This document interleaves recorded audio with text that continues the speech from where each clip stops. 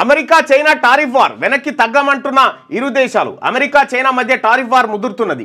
America బెదిరింపులకు తలొగ్గేది లేదని, టారిఫ్లపై చివరి వరకు పోరాడతామని చైనా ప్రకటించింది. ట్రంప్ బ్లాక్మెయిల్ చేస్తున్నారని మండిపడింది. మరోవైపు చైనాపై అదనంగా విధించిన టారిఫ్లను రద్దు చేయాలని ఎలాన్ మస్క్ కోరినప్పటికీ ట్రంప్ మాత్రం వెనక్కి తగ్గడం లేదు. చైనాపై వసూలు చేస్తున్న 20% టారిఫ్లకు అదనంగా మరో 34% విధిస్తున్నట్టు ట్రంప్ ఇటీవల ప్రకటించారు. దీనికి ప్రతీకారంగా చైనా కూడా అమెరికాపై 34% ప్రతీకార సుంకాలు విధించింది. అయితే దీనిపై ఆగ్రహం వ్యక్తం చేసిన ట్రంప్ చైనాపై అదనంగా మరో 50% టారిఫ్లు వేశారు. దీంతో బుధవారం నుంచి 104% టారిఫ్లు అమల్లోకి రానున్నాయంటూ ఒక వార్తను చూస్తా ఉన్నాం.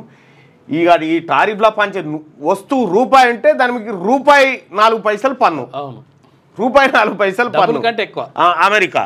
చైనా కూడా వెనక్కి తగ్గుతలేదు. మరి ఇండియా ఈ మాట ఎందుకు చెప్తలేదంటే మన నరేంద్ర మోడీ గారికి అంత ఈడ లోకల్లో సింహం కానీ బయట ఏం లేదు.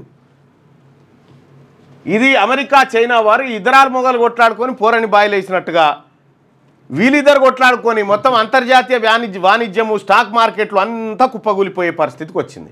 లేటెస్ట్ న్యూస్ తెలుగు మరియు ఇంగ్లీష్ అప్డేట్స్ కోసం ఇప్పుడే క్యూన్యూస్ అఫీషియల్ యాప్ ని ప్లే స్టోర్ నుండి డౌన్లోడ్ చేసుకోండి. సరికొత్త సమాచారాల కోసం క్యూన్యూస్ వెబ్సైట్ ని ఫాలో అవ్వండి. ఛానల్లో ప్రాంతీయ, జాతీయ, అంతర్జాతీయ వార్తలు వీక్షించండి. లైక్ చేయండి.